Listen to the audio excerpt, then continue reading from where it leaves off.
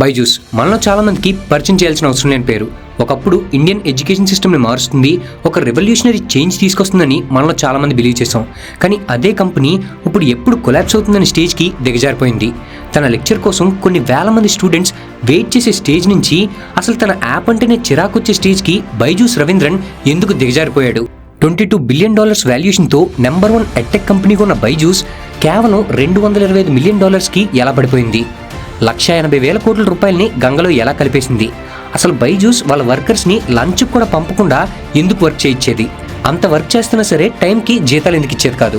వాళ్ళ ఉద్యోగాన్ని కాపాడుకోవడం కోసం బైజూస్ వర్కర్సే కోర్సెస్ని కొన్నిసార్లు ఎందుకు కొనుక్కోవాల్సి వచ్చింది? ఇండియాలో ఉన్న ఆఫీసెస్ అన్నింటినీ ఎందుకు మూసేయాల్సి వచ్చింది? ఎడ్యుకేషన్ని తన కోర్ వాల్యూగా భావించిన బైజూస్ ఆ ప్రస్తావన లేకుండా ఒక ఎలక్ట్రానిక్ ట్యాబ్ సెల్లింగ్ కంపెనీగా ఎందుకు మారిపోయింది? BCCI, enforcement directorate, US based companies నుంచి లీగల్ కాంప్లికేషన్స్ ఎందుకు ఎదుర్కొంటుంది? అసలు బైజూస్ ఎలా స్టార్ట్ అయింది, ఎలా ఎదిగింది, ఎలా కొలాప్స్ అయింది?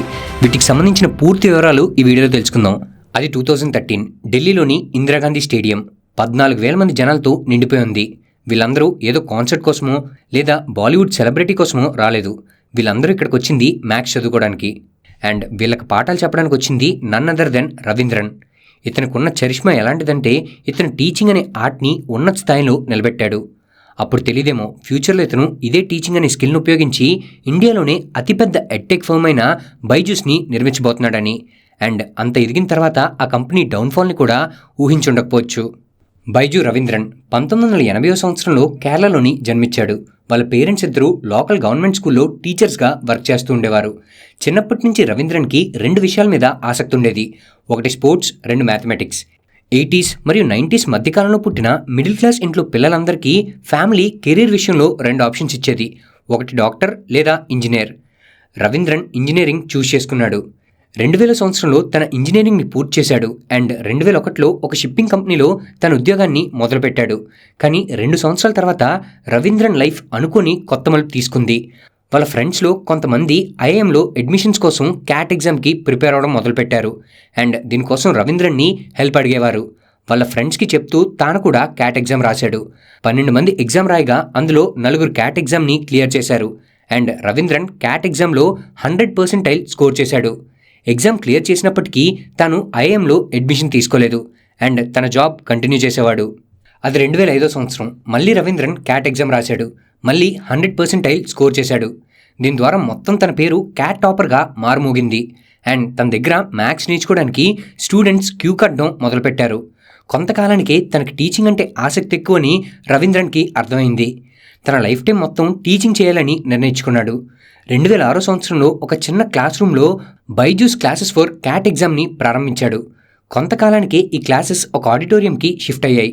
ఇక్కడ ఒకేసారి 1200 మంది స్టూడెంట్స్కి ఇతని క్లాసెస్ చెప్పేవాడు. బైజూస్ క్లాసెస్ ఫ్రీమియం మోడల్లో చెప్పేవారు. అంటే ఫస్ట్ క్లాస్ ఎప్పుడు ఫ్రీగా చెప్పేవారు. అండ్ సెకండ్ క్లాస్ నుంచి ఫీజ్ పే చేయించుకునేవారు. రవీంద్రన్ టీచింగ్ స్టైల్ చాలా ప్రాక్టికల్గా ఉండేది. మార్క్స్ మీద కన్నా కాన్సెప్షువల్ లెర్నింగ్ మీద ఎక్కువ ఫోకస్ చేసేవారు. ఎవరైతే చిన్నప్పటి నుంచి బట్టి పడుతూ ఉండేవారో వాళ్ళందరికీ రవీంద్రన్ అప్రోచ్ ఒక రెవల్యూషనరీ చేంజ్లా అనిపిస్తూ ఉండేది. 10 మంది ఫ్రీ క్లాస్ తీసుకోవడానికి వస్తే అందులో 9 మంది పెయిడ్ క్లాసెస్ కూడా తీసుకునేవారు. ఈ సక్సెస్ని చూసిన తర్వాత రవీంద్రన్ బెంగళూరు, ముంబై, పూణే, చెన్నై ఈ 4 సిటీస్లో బైజూస్ క్లాసెస్ని ఎక్స్పాండ్ చేశాడు. ఈ క్లాసెస్ ద్వారానే ఎంతోమంది టాలెంటెడ్ స్టూడెంట్స్తో పాటు తన ఫ్యూచర్ వైఫ్ అయిన దివ్య గోకుల్నాథ్ను కూడా మీట్ అయ్యాడు. ఈ స్టూడెంట్స్లో కొంతమందితో పాటు దివ్య కూడా ఈ బైజూస్ ఆన్లైన్ క్లాసెస్ యొక్క పేరెంట్ కంపెనీ అయిన థింక్ అండ్ లెర్న్ ప్రైవేట్ లిమిటెడ్కి కోఫౌండర్గా మారారు. అండ్ కొంతమంది స్టూడెంట్స్ ఇందులో ఎర్లీ ఎంప్లాయీస్గా కూడా తీసుకోబడ్డారనమాట. 2009 సంవత్సరం వరకు ఈ బైజూస్ క్లాసెస్ని 9 సిటీస్లో ఎక్స్పాండ్ చేశారు. రాత్రి పగలని తేడా లేకుండా రవీంద్రన్ పనిచేస్తూ ఉండేవాడు. ప్రతి వారం అన్ని సిటీస్లో ఉన్న క్లాసెస్కి విజిట్ చేస్తూ ఉండేవాడు. ఈ ట్రావెలింగ్ చేస్తున్న సమయంలోనే క్లాసెస్ ఎలా ఎంగేజింగ్గా చెప్పాలని ప్రిపేర్ అవుతూ ఉండేవాడు. ప్రతి క్లాస్లో స్ట్రెంత్ ఎంత ఉండేవారంటే డౌట్స్ అడగడానికి స్కోపే ఉండేది కాదు. అందుకే తన క్లాసెస్ని డౌట్స్ రాకుండా ఉండేలా సులువుగా అర్థమయ్యే విధంగా డిజైన్ చేశారు. దీంతో బైజూస్ క్లాసెస్ యొక్క డిమాండ్ ప్రతి సిటీలో పెరుగుతూ వచ్చింది. రవీంద్రన్కి ప్రతి సిటీకి వెళ్ళి క్లాసెస్ చెప్పడం చాలా కష్టంగా మారింది. అండ్ 24/7 వర్క్ చేస్తూ అలసిపోతూ ఉండేవాడు. ఎగ్జాక్ట్గా ఇదే కారణం వల్ల రవీంద్రన్ బైజూస్ క్లాసెస్ని డిజిటలైజ్ చేయాలని డిసైడ్ అయ్యాడు. 2009 సంవత్సరంలో వీసాట్ అంటే వెరీ స్మాల్ అపర్చర్ టెర్మినల్ అనే శాటిలైట్ బేస్డ్ బ్రాడ్కాస్టింగ్ టెక్నాలజీ ద్వారా 45 సిటీస్లో తన క్లాసెస్ని బ్రాడ్కాస్ట్ చేసేవాడు. ఈ టెక్నాలజీ షిఫ్టే ఇండియా యొక్క లార్జెస్ట్ ఎడ్యుకేషనల్ ఎడ్టెక్కి ఫౌండేషన్గా మారింది. 2011 సంవత్సరంలో దీన్ని మరింత ఎక్స్పాండ్ చేయాలనే ఉద్దేశంతో think and learn private limited అనే కంపెనీని స్థాపించాడు. ఒక గ్రూప్ ఆఫ్ ప్యాషనేట్ టీచర్స్ని ఫామ్ చేశాడు. ఎగ్జాక్ట్గా ఇదే టైంలో బైజూస్ స్కూల్కి వెళ్ళే పిల్లలకి ట్యూషన్స్ చెప్పాలని డిసైడ్ అయింది. ఆ సెగ్మెంట్లో ఎంటర్ అవ్వడానికి దాదాపు 25 కోట్ల మంది స్టూడెంట్స్ ఉన్నారని గ్రహించి వాళ్ళ కోసం ఒక యాప్ లాంచ్ చేయాలని డిసైడ్ అయింది. 2013 సంవత్సరంలో బైజూస్ మణిపాల్ గ్రూప్ నుంచి 50 కోట్ల రూపాయలని 26% ఈక్విటీ షేర్ ఇవ్వడం ద్వారా ఫండ్ రైజింగ్ చేసింది. దీంతో పాటుగా మొబైల్ యాప్ని డెవలప్ చేయడం ప్రారంభించింది. బైజూస్ అబ్జర్వ్ చేసింది ఏంటంటే ప్రతి స్టూడెంట్ యొక్క లెర్నింగ్ అప్రోచ్ ఒకేలా ఉండదు. ప్రతి ఒక్కరికి లెర్నింగ్ అండ్ అండర్స్టాండింగ్ స్పీడ్ మారుతూ ఉంటుంది.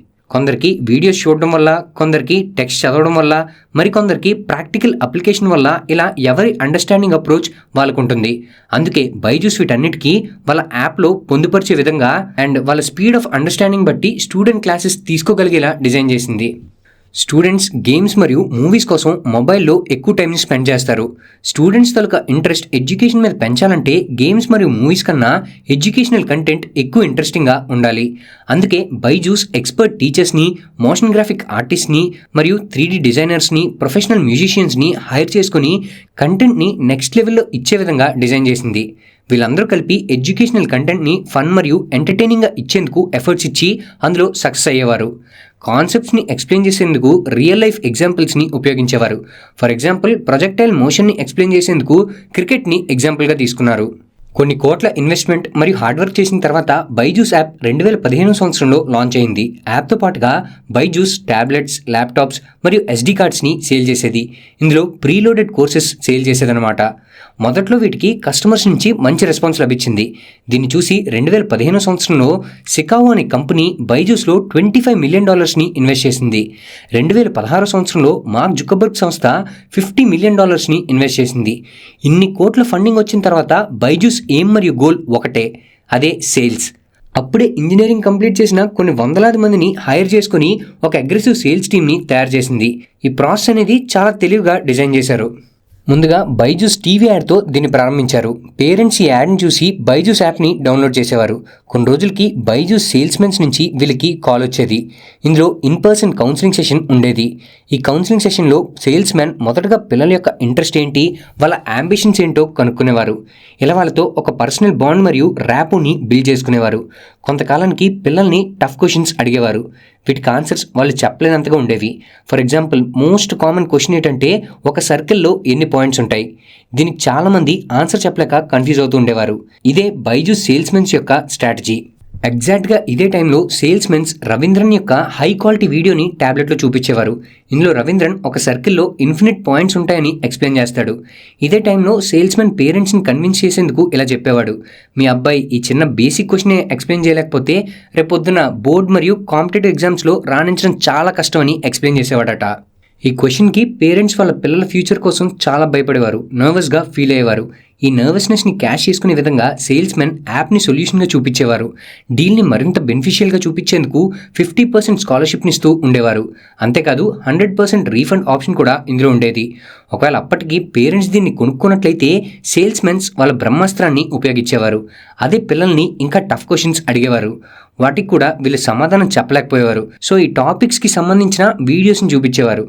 మరి ఆ క్వశ్చన్స్ని మళ్ళీ అడిగితే వాటికి సమాధానం ఈజీగా తెలిసేది. ఈ ఇంప్రూవ్మెంట్ని చూసిన తర్వాత పేరెంట్స్ చాలా ఇంప్రెస్ అయ్యేవారు. మరియు ఆ పిల్లాడికి కూడా ఆ ట్యాబ్ కొనాలి అనేంతగా ఇన్ఫ్లుయెన్స్ చేసేవారు. ఫైనలీ పేరెంట్స్ అమౌంట్ పే చేశాక బైజూస్ సేల్స్మెన్స్ డీల్స్ని క్లోజ్ చేసేవారు. ఈ సేల్స్ ట్రిక్ ఎలాంటిదంటే ఇది ఫెయిల్ అవ్వడానికి ఛాన్స్ కూడా లేదు. ఇదే సేల్స్ మోడల్ని బేస్ చేసుకుని బైజూస్ బుల్లెట్ స్పీడ్తో గ్రోత్ అవుతూ ఉండేది. 2018 సంవత్సరంలో $1 బిలియన్ ప్లస్ వాల్యుయేషన్ అందుకుంది బైజూస్ మరియు ఇండియా యొక్క మొదటి ఎడ్టెక్ యూనికార్న్గా ఆవిర్భవించింది. అండ్ మార్చ్ 2020 వచ్చేసరికి 4 కోట్ల మందికి పైగా కస్టమర్స్తో బైజూస్ వాల్యుయేషన్ $8 బిలియన్ పైగా అయింది. అండ్ ఎగ్జాక్ట్గా ఇదే టైంలో బైజూస్ యొక్క స్పీడ్ని మరింత పెంచేంతలా COVID-19 పాండమిక్ వచ్చింది. మొత్తం ఇండియాలో లాక్డౌన్ని అనౌన్స్ చేశారు. సో స్టూడెంట్స్ అందరూ ఈ ఆన్లైన్ ఎడ్యుకేషన్ మీద డిపెండ్ అవ్వాల్సిన పరిస్థితి వచ్చింది. ఈ ఆపర్చునిటీని చూసిన బైజూస్ కొన్ని రోజులు ఫ్రీగా క్లాసెస్ ఇవ్వడం స్టార్ట్ చేసింది. దీనివల్ల మరింత యూజర్స్ని అక్వైర్ చేసుకుంది. ఈ స్ట్రాటజీ వల్ల బైజూస్ యాప్ యూసేజ్ దాదాపు 60% గ్రో అయింది.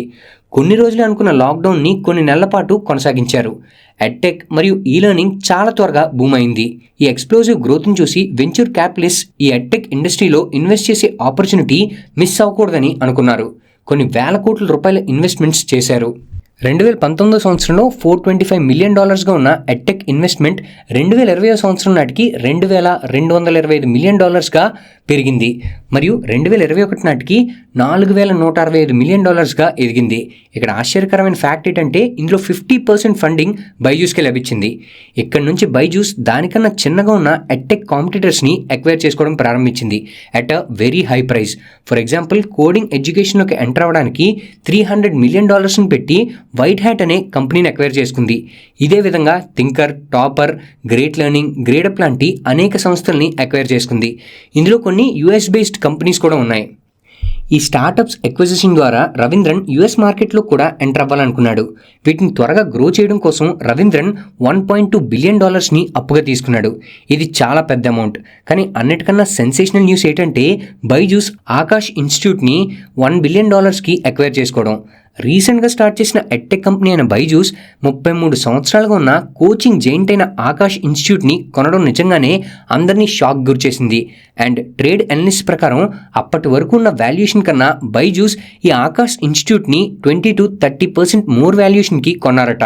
మార్చ్ 2022లో 58,000 మంది ఎంప్లాయీస్ మరియు $22 బిలియన్ వాల్యుయేషన్ ఉన్న బైజూస్ సంస్థ తన లైఫ్ టైంలోనే హైయెస్ట్ పీక్ పాయింట్ని చూసింది.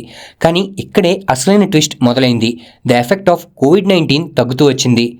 ఇదే బైజూస్ గ్రోత్ స్టోరీకి ఒక బ్రేకింగ్ పాయింట్ అని చెప్పొచ్చు. బైజూస్ యొక్క బిగ్గెస్ట్ ప్రాబ్లం ఏంటంటే ఓవర్ వాల్యుయేషన్. వాళ్ళ సేల్స్ అనేవి తగ్గుతూ వచ్చాయి. సో ఇదే కారణంగా బైజూస్ వాళ్ళ సేల్స్ టీంపై ఎక్కువ ప్రెషర్ పెడుతూ వచ్చింది.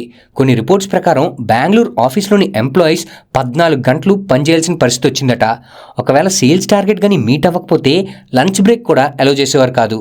ఒకవేళ కస్టమర్ ఫోన్ ఎత్తడం మానేసినట్లయితే సేల్స్ టీమ్ని బ్లేమ్ చేస్తూ ఉండేవారు. అండ్ వీళ్ళు పెట్టే ఈ సేల్స్ టార్గెట్స్ కూడా చాలా హై మరియు అన్అచీవబుల్గా ఉండేవి. ప్రతి సేల్స్ మ్యాన్ వారానికి 150,000 వరకు సేల్స్ తీసుకొని రావాలి. 2022 సంవత్సరంలో బైజూస్ వాళ్ళ సేల్స్ టీంలో ఎవరైతే 50% టార్గెట్ని కూడా మీట్ అవ్వరో వాళ్ళని ఇమీడియట్గా ఫైర్ చేయాలనే కొత్త రూల్ని ప్రవేశపెట్టింది. పేరెంట్స్కి ఫాల్స్ ఇన్ఫర్మేషన్ ఇవ్వడం, వాళ్ళని మిస్లీడ్ చేయడం, వాళ్ళని బెదిరించడం, కొన్నిసార్లు వాళ్ళని ప్రెషరైజ్ చేసి మరీ డీల్స్ని క్లోజ్ చేసేవారట. కొన్నిసార్లు డీల్స్ క్లోజ్ అవ్వకపోతే వాళ్ళ జాబ్ పోతుందేమో అన్న భయంతో $15,000 సొంత డబ్బుల్ని పెట్టి కోర్సెస్ కొనుక్కొని డీల్స్ క్లోజ్ చేయాల్సిన పరిస్థితి వచ్చింది. అంతేకాదు ఎగ్జిస్టింగ్ కస్టమర్స్కి సబ్స్క్రిప్షన్ క్యాన్సిల్ చేసుకోవాలన్నా లేదా రీఫండ్ తీసుకోవాలన్నా చాలా ప్రాబ్లం ఫేస్ చేయాల్సి వచ్చేది. ఈ మిస్సెల్లింగ్ మరియు కస్టమర్ ఎక్స్‌ప్లాయిటేషన్ న్యూస్ ఎప్పుడైతే బయటకు వచ్చిందో పేరెంట్స్ యొక్క ట్రస్ట్ అనేది ఈ యాప్ పైన తగ్గుతూ వచ్చింది మరియు సేల్స్ అనేవి ఆల్ టైమ్ లోకి వెళ్ళిపోయాయి. ఇది కేవలం బైజూస్ యొక్క ప్రాబ్లమ్స్కి ప్రారంభం మాత్రమే. రవీంద్రన్ మరియు వాళ్ళ టాప్ మేనేజ్మెంట్ ఈ ఫ్యాక్ట్ని ఇగ్నోర్ చేస్తూ వస్తుండేవారు. ఎందుకంటే వాళ్ళ యూనిట్ ఎకనామిక్స్ ప్రకారం ప్రతి సేల్ మీద వాళ్ళకి లాస్ జరుగుతూ వస్తూనే ఉంది. వాళ్ళ సేల్స్మెన్స్ యొక్క యావరేజ్ సేల్స్ మంత్కి 2.7 lakhsగా ఉండేది. Salaries, marketing cost, production cost, office maintenance మరియు ఆఫీస్ రెంట్ యొక్క ఎక్స్పెన్సెస్ అనేవి వీటికన్నా ఎక్కువ ఉండడం వల్ల నెట్ లాసెసే మిగిలేవి. ఈ లాసెస్ని చూశాక 2022 ఎండింగ్లో బైజూస్ వాళ్ళ సేల్స్ మోడల్ని కొంత సర్దుబాటు చేశారు. ఎక్స్పెన్సెస్ని తగ్గించుకోవాలని నిర్ణయించుకున్నారు. సేల్స్ పర్సన్ ఫీల్డ్ విజిట్ని చేయడం మానేసి ఫోన్ కాల్ లేదా జూమ్ మీటింగ్లోనే సేల్స్ని క్లోజ్ చేయాలని కొత్త రూల్ని ప్రవేశపెట్టారు. ఈ మోడల్ వల్ల ఎక్స్పెన్స్ అయితే తగ్గే కానీ సేల్స్ కూడా అదే విధంగా పడిపోయాయి. ఈ ఫోన్ కాల్స్ వల్ల కన్వర్షన్ రేట్ అనేది కంపారిటివ్లీ తగ్గుతూ వచ్చింది. కానీ లేట్ 2022లో బైజూస్ మరిన్ని ప్రాబ్లమ్స్ని ఫేస్ చేయాల్సి వచ్చింది. బైజూస్ యొక్క ఒక్క అనౌన్స్మెంట్ అందరినీ షాక్కి గురిచేసింది. అదేంటంటే $200 మిలియన్ ఇన్వెస్ట్మెంట్తో 500 ఆఫ్లైన్ ట్యూషన్స్ని డిఫరెంట్ సిటీస్లో స్టార్ట్ చేయాలని నిర్ణయించుకుంది. ఏ సంస్థ అయితే ఇండియాలో ఆన్లైన్ ఎడ్యుకేషన్లో ఒక రెవల్యూషనరీ చేంజ్ తీసుకురావాలని అనుకుందో అదే సంస్థ మళ్ళీ ఆఫ్లైన్కి వెళ్ళడం అందరినీ షాక్కి గురిచేసినప్పటికీ ఆన్లైన్ కస్టమర్స్ తగ్గిపోవడం వల్ల బైజూస్ ఈ నిర్ణయాన్ని తీసుకోవాల్సి వచ్చింది. 2 సంవత్సరాల పాండమిక్లో స్టూడెంట్స్ ఆన్లైన్ చదవడం వల్ల చాలా బోర్ ఫీల్ అయ్యారు. చదువుతో పాటుగా ఆన్లైన్ ఎడ్యుకేషన్లో పిల్లలు డిస్ట్రాక్ట్ అవ్వడం పేరెంట్స్ ఎక్కువగా గమనించారు. ఆన్లైన్ చాటింగ్, సోషల్ మీడియాకి ఎక్కువగా ఎడిక్ట్ అవ్వడం లాంటి కాంప్లికేషన్స్ ఇందులో ఉన్నాయి. ఆఫ్లైన్ క్లాసెస్లో స్టూడెంట్స్ డైరెక్ట్గా ఇంటరాక్ట్ అవ్వడం, యాక్సెసిబిలిటీ మరియు అకౌంటబిలిటీ ఉండడం పేరెంట్స్కి బాగా అట్రాక్టివ్గా అనిపించింది. ఏ ఆన్లైన్ లెర్నింగ్ కోసం అయితే బైజూస్ కొన్ని వేల కోట్ల రూపాయలు ఖర్చు చేసిందో ఆ మోడల్ మెల్లగా షేడౌట్ అవుతూ వచ్చింది. ఇందులో ఇంకా మనీ సంపాదించడం కష్టమని గ్రహించింది. బైజూస్ మోడల్ ఆల్రెడీ పతనానికి చేరుకుంటూ వస్తుంది. ఇదే పరిస్థితిలో బైజూస్ని పూర్తిగా ఎక్స్పోజ్ చేసే విధంగా ఒక న్యూస్ బయటకు వచ్చింది. సెప్టెంబర్ 2022లో బైజూస్ 2021 యొక్క ఫైనాన్షియల్ రిపోర్ట్స్ని విడుదల చేసింది. ఈ రిపోర్ట్ ప్రకారం బైజూస్ 2020 ఏప్రిల్ నుంచి 21 మార్చ్ మధ్యకాలంలో 2,428 కోట్ల రూపాయలు రెవెన్యూ చేసింది. కానీ వాళ్ళ లాసెస్ దీనికి ఆల్మోస్ట్ డబల్, అది 4,564 కోట్లు. బైజూస్ ప్రతిరోజు దాదాపుగా 12 కోట్ల రూపాయలని నష్టపోతూ వచ్చేది. ఇంకో ఆశ్చర్యకరమైన ఫ్యాక్ట్ ఏంటంటే బైజూస్ 80% రెవెన్యూ అనేది ఎలక్ట్రానిక్ ట్యాబ్లెట్ సెల్లింగ్ ద్వారా వచ్చింది. మిగతా 20% రెవెన్యూ కోర్సెస్ సెల్లింగ్ ద్వారా వచ్చింది. రెవెన్యూ ప్రకారం చూసుకున్నట్లయితే బైజూస్ అనేది బేసికలీ ఒక electronic tablet selling company. So బేసికల్గా దాని కోర్ వాల్యూ అయిన ఎడ్యుకేషన్ని మర్చిపోయి బైజూస్ ఎలక్ట్రానిక్ ట్యాబ్ సెల్లింగ్ మీద ఎక్కువగా ఫోకస్ చేసింది. ఈ రిపోర్ట్ వల్ల బైజూస్ మొదటగా ఎదుర్కొన్న ప్రాబ్లం ఫండింగ్. అప్పటి వరకు ఇన్వెస్ట్ చేసిన వెంచర్ క్యాపిటలిస్ట్ ఇప్పుడు బైజూస్ అనే టాపిక్ వినడానికే రెడీగా లేరు. ఇదే కారణం వల్ల బైజూస్ క్యాష్ అవుట్ అయింది. ఎంప్లాయీస్ యొక్క శాలరీస్ ఇవ్వడం లేట్ అయింది. కొన్ని నెలలుగా వెండర్ పేమెంట్ స్టక్ అయిపోయాయి. లోన్ రీపేమెంట్ కూడా ఆగిపోయింది. అంతేకాదు అతిపెద్ద లీగల్ ప్రాబ్లం కూడా బైజూస్కి వచ్చింది. ఏవైతే యుఎస్ బేస్డ్ కంపెనీస్ బైజూస్కి $1.2 బిలియన్ లోన్గా ఇచ్చారో అవే బైజూస్ పైన లోన్ డిఫాల్టర్ మరియు లాంగ్ టర్మ్ లోన్ వైలేటింగ్ కేసెస్ని వేశారు. వీళ్ళ ఉద్దేశం ఏంటంటే బైజూస్ యొక్క అసెట్స్ని మరియు వాళ్ళ సబ్సిడరీస్ని ఓవర్టేక్ చేయడం. ఏప్రిల్ 2023లో మరొక షాక్ తగిలింది. మినిస్ట్రీ ఆఫ్ కార్పొరేట్ అఫైర్స్ బైజూస్ని ఇన్వెస్టిగేట్ చేయడం స్టార్ట్ చేసింది. ఈ ఇన్వెస్టిగేషన్ బైజూస్ యొక్క ఫైనాన్షియల్ మరియు కార్పొరేట్ గవర్నెన్స్ ప్రాక్టీసెస్ మీద చేయడం ప్రారంభించింది. ఇదే సమయంలో ఈ ఫైనాన్షియల్ డిటోరేషన్ కండిషన్ వల్ల వేల కొలది ఎంప్లాయీస్ని బైజూస్ తీసింది. ఈపీఎఫ్ఓ డేటా ప్రకారం మార్చ్ 2022కి 58,000 మందిగా ఉన్న ఎంప్లాయీస్ జూన్ 2023 నాటికి కేవలం 25,000గా ఉన్నారు.